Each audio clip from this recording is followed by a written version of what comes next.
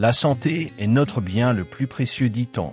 Elle ne se résume pas simplement à l'absence de maladie, mais représente un équilibre fragile entre le corps, l'esprit et nos habitudes de vie. Pourtant, il existe certaines affections qui surviennent brutalement et peuvent bouleverser une existence en quelques minutes. Parmi elles, l'accident vasculaire cérébral, plus connu sous le nom d'AVC, reste l'une des plus redoutables par sa gravité et ses conséquences. Bienvenue sur Symptômes et Solutions, la chaîne qui vous aide à mieux comprendre les maladies, leurs causes, leurs symptômes, ainsi que les traitements possibles. Ici, vous trouverez des explications claires, pédagogiques et accessibles pour prendre soin de votre santé et de celle de vos proches. Si vous êtes soucieux de votre bien-être et que vous souhaitez être mieux informé sur les grands enjeux de santé, je vous invite dès maintenant à vous abonner à la chaîne et à activer la cloche de notification pour ne manquer aucune de nos prochaines vidéos. Aujourd'hui, nous allons parler en détail de l'accident vasculaire cérébral. Qu'est-ce que c'est? Quels en sont les signes, les causes, les complications possibles, les traitements et surtout, comment l'éviter? Qu'est-ce qu'un AVC? Un accident vasculaire cérébral, AVC, est une affection grave qui survient lorsque l'apport sanguin à une partie du cerveau est interrompu. Le cerveau, véritable centre de commande de notre organisme, a besoin d'un flux continu de sang pour recevoir l'oxygène et les nutriments indispensables à son fonctionnement. Lorsque ce flux est interrompu, même pour quelques minutes, les cellules nerveuses commencent à mourir, ce qui peut provoquer des séquelles irréversibles.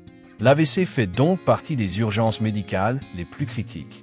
Il existe deux formes principales d'AVC. Le plus fréquent est l'AVC ischémique, qui représente environ 4 cas sur 5. Il est dû à l'obstruction d'une artère cérébrale par un caillot de sang, thrombose, ou par un fragment de caillot venu d'une autre partie du corps, embolie. La seconde forme est l'AVC hémorragique, plus rare mais souvent plus grave, qui survient lorsqu'un vaisseau sanguin se rompt dans le cerveau, entraînant une hémorragie et une compression des tissus cérébraux voisins. Ce qui caractérise l'AVC, c'est son apparition brutale. Les symptômes surviennent soudainement, sans signe précurseur évident dans la majorité des cas. C'est pour cette raison que l'AVC est souvent décrit comme un orage cérébral. Le temps devient alors un facteur décisif. Plus la prise en charge est rapide, plus les chances de limiter les dommages et de sauver des fonctions vitales sont grandes. On estime qu'à chaque minute perdue, des millions de neurones disparaissent, d'où l'importance d'une réaction immédiate. 2. Les causes et facteurs de risque. Les accidents vasculaires cérébraux ne surviennent pas sans raison. Ils sont le résultat d'un ensemble de mécanismes qui fragilisent le système vasculaire. Dans le cas d'un AVC ischémique, la cause la plus fréquente est la formation d'un caillot sanguin qui obstrue une artère cérébrale. Ce caillot peut se former directement dans une artère rétrécie par l'athérosclérose, accumulation de dépôts de graisse et de cholestérol sur la paroi des vaisseaux, ou bien se déplacer depuis une autre partie du corps, comme le cœur, en cas de trouble du rythme cardiaque.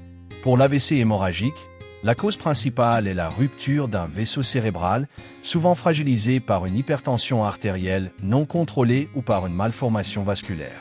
Certains facteurs sont dits modifiables, car liés au mode de vie et donc possibles à corriger. Le plus important est l'hypertension artérielle, responsable à elle seule de la majorité des AVC.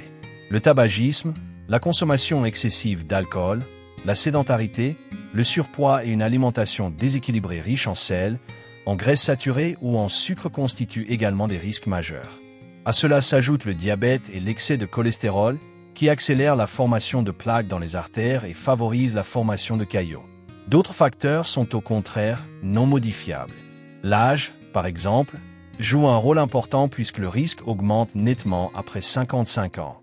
Le sexe a également une influence. Les hommes sont globalement plus touchés, même si les femmes restent vulnérables, notamment après la ménopause. Enfin, les antécédents familiaux et certaines prédispositions génétiques peuvent augmenter la sensibilité aux maladies cardiovasculaires. C'est la combinaison de ces différents éléments, habitudes de vie, état de santé général et prédispositions biologiques qui expliquent pourquoi certaines personnes sont plus exposées que d'autres. 3. Les symptômes de l'AVC. L'un des aspects les plus importants de l'accident vasculaire cérébral est la brutalité de ces symptômes. Ils apparaissent soudainement et doivent alerter immédiatement. Le signe le plus fréquent est une faiblesse ou paralysie d'un côté du corps, touchant le visage, un bras ou une jambe. Cette perte de force peut s'accompagner d'une difficulté à sourire, d'une bouche qui tombe d'un côté ou d'une incapacité à lever les deux bras simultanément. Ces manifestations traduisent une atteinte des zones motrices du cerveau. Un autre signe caractéristique est la perturbation du langage. La personne peut avoir du mal à trouver ses mots, à parler correctement, ou encore à comprendre ce qu'on lui dit. Ce trouble, appelé aphasie, survient lorsque les régions cérébrales responsables de la communication sont touchées. D'autres symptômes possibles incluent une perte soudaine de la vision d'un œil ou d'une partie du champ visuel, des troubles de l'équilibre, des vertiges intenses, une démarche instable ou encore un mal de tête violent et inhabituel, surtout dans les AVC hémorragiques. Pour faciliter la reconnaissance des signes, un moyen mnémotechnique simple existe, le FAST, face, arm, speech, time. Cela signifie face, le visage s'affaisse-t-il d'un côté? Arm, un bras reste-t-il immobile ou retombe? Speech, la parole est-elle trouble ou incohérente? Time, chaque minute compte, il faut appeler immédiatement les urgences. Retenir cette règle peut sauver des vies, car plus la prise en charge est rapide, plus les chances de limiter les séquelles sont élevées. 4. Diagnostic de l'AVC. Lorsqu'une personne présente des signes évocateurs d'AVC, la première étape est une évaluation clinique rapide réalisée par les urgentistes ou le médecin. L'examen consiste à rechercher les symptômes neurologiques typiques: paralysie d'un côté du corps, trouble du langage, perte de la vision, trouble de l'équilibre. L'heure de début des symptômes est un élément essentiel, car elle détermine si certains traitements peuvent être administrés. Ensuite, pour confirmer le diagnostic et surtout distinguer le type d'AVC, ischémique ou hémorragique, une imagerie cérébrale est indispensable. Le scanner cérébral sans injection est souvent l'examen de première intention car il est rapide et permet de visualiser une éventuelle hémorragie. L'IRM cérébrale, plus précise, est parfois utilisée pour mieux localiser la zone atteinte et détecter les lésions précoces, notamment en cas de doute diagnostique. Enfin, un bilan complémentaire est réalisé pour rechercher la cause de l'AVC et adapter le traitement. Cela inclut des analyses de sang, cholestérol, glycémie, coagulation, un électrocardiogramme ou une échographie cardiaque pour identifier une origine cardiaque du caillot, ainsi qu'une échographie des artères cervicales pour évaluer leur état. Ce diagnostic complet permet non seulement de traiter efficacement l'AVC en cours, mais aussi de prévenir les récidives. 5 complications possibles.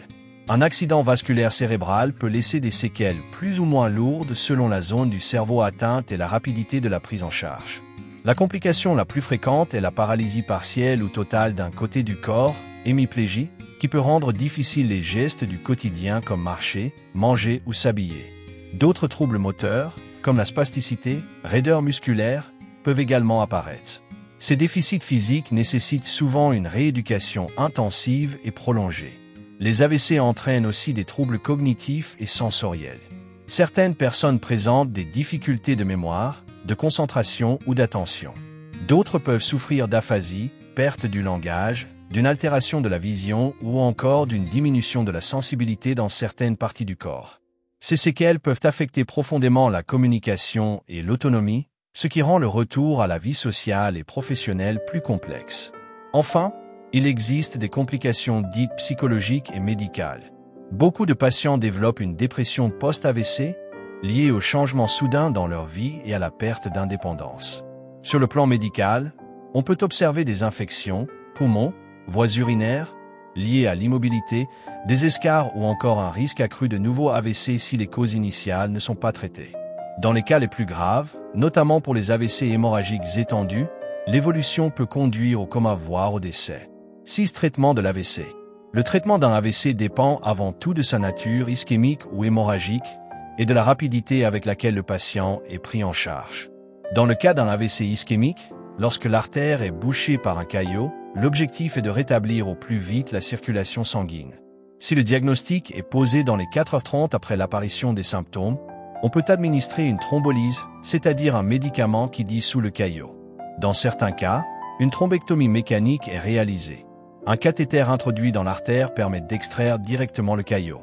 Ces techniques offrent de grandes chances de récupération si elles sont pratiquées à temps. Pour l'AVC hémorragique, la stratégie est différente. Il s'agit de stopper l'hémorragie et de limiter les dégâts sur les tissus cérébraux environnants. Cela passe par un contrôle strict de la tension artérielle, l'administration de médicaments pour réduire le saignement et parfois une intervention chirurgicale pour drainer l'hématome ou réparer un vaisseau rompu. Ces situations nécessitent une prise en charge hautement spécialisée, souvent en service de neurochirurgie. Dans tous les cas, l'AVC est une urgence qui impose une hospitalisation immédiate, de préférence dans une unité neurovasculaire. Ces services spécialisés regroupent médecins, infirmiers et rééducateurs formés pour intervenir rapidement et coordonner les soins. Outre les traitements immédiats, la prise en charge inclut la prévention des complications, la stabilisation de l'état du patient et la préparation à la rééducation. C'est cette approche globale et rapide qui permet de maximiser les chances de survie et de limiter les séquelles. Cette prévention de l'AVC. La prévention est la meilleure stratégie pour réduire le risque d'AVC, car de nombreux facteurs sont modifiables grâce à un mode de vie sain.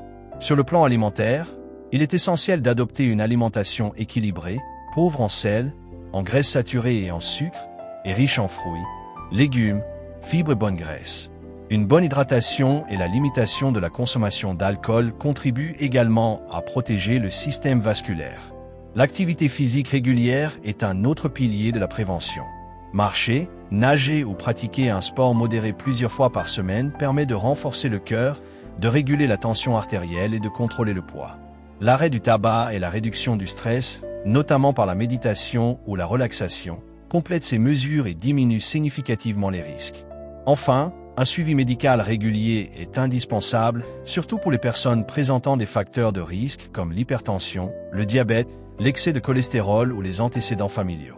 Mesurer sa tension, contrôler sa glycémie et son taux de cholestérol et suivre les recommandations du médecin permet d'identifier et de corriger les anomalies avant qu'elles ne provoquent un AVC. La prévention repose donc sur un ensemble de mesures simples mais efficaces, capables de sauver des vies et de préserver l'autonomie. 8. Rééducation et vie après un AVC. Après un AVC, même lorsque la vie est sauvée, de nombreux patients doivent faire face à des séquelles physiques et cognitives. La rééducation est alors essentielle pour récupérer autant de fonctions que possible.